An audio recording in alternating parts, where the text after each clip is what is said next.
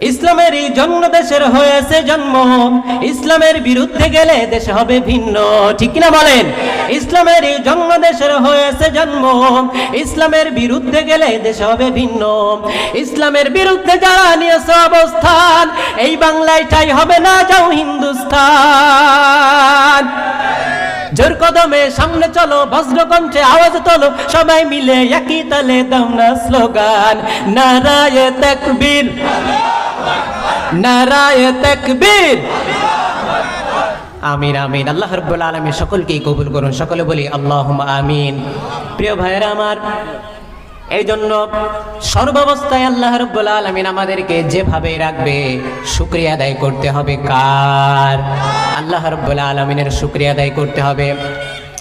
প্রিয় হাজিরিন, আমার সময় কম, এই জন্য ভূমিকা নিব না। আজকে কথা হবে কোরআন থেকে। কি থেকে বলেন? কোরআন থেকে কথা হবে, কোন রকম কিসসা কাহিনী এখানে হবে না। কোরআন এবং হাদিস থেকে আলোচনা হবে। শুনতে রাজি আছেন তো ইনশাআল্লাহ?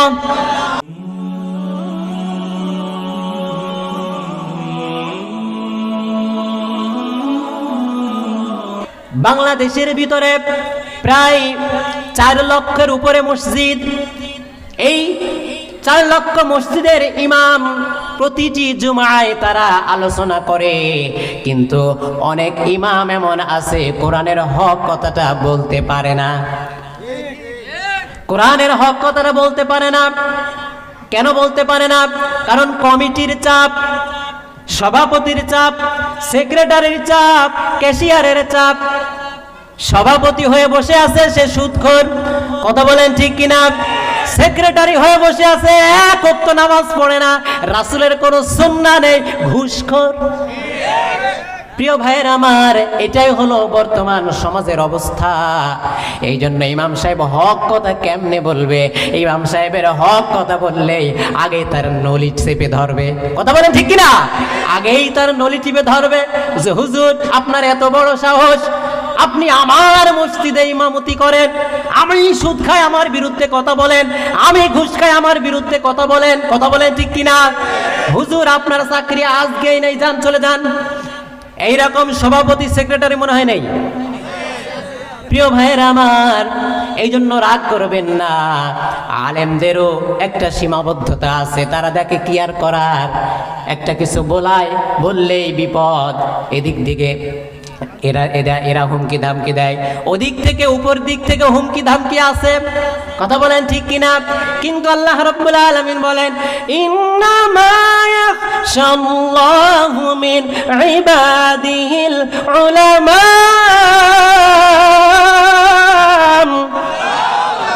আল্লাহ রাব্বুল আলামিন বলেন, যারা আলেম তারা শুধুমাত্র আমি আল্লাহকে ভয় করবে। কাকে ভয় করবে বলেন? এখানে শুধুমাত্র স্পেসিফিক ভাবে আল্লাহ রাব্বুল আলামিন বলেন, ইন্নামা ইয়াখশাল্লাহু মিন ইবাদিহিল উলামা। আলেমরা শুধু ভয় করবে আল্লাহ রাব্বুল আলামিনকে। এখানে শুধু আলেমদের কথা বলেছেন। এবং অন্যত্র আয়াতের ভিতরে আল্লাহ রাব্বুল আলামিন বলেন, ইয়া আইয়ুহাল্লাযীনা আমানুত্তাকুল্লাহা হাক্কা তুকাতিহি ওয়া লা তামুতুন্না ইল্লা ওয়া আনতুম মুসলিমুন।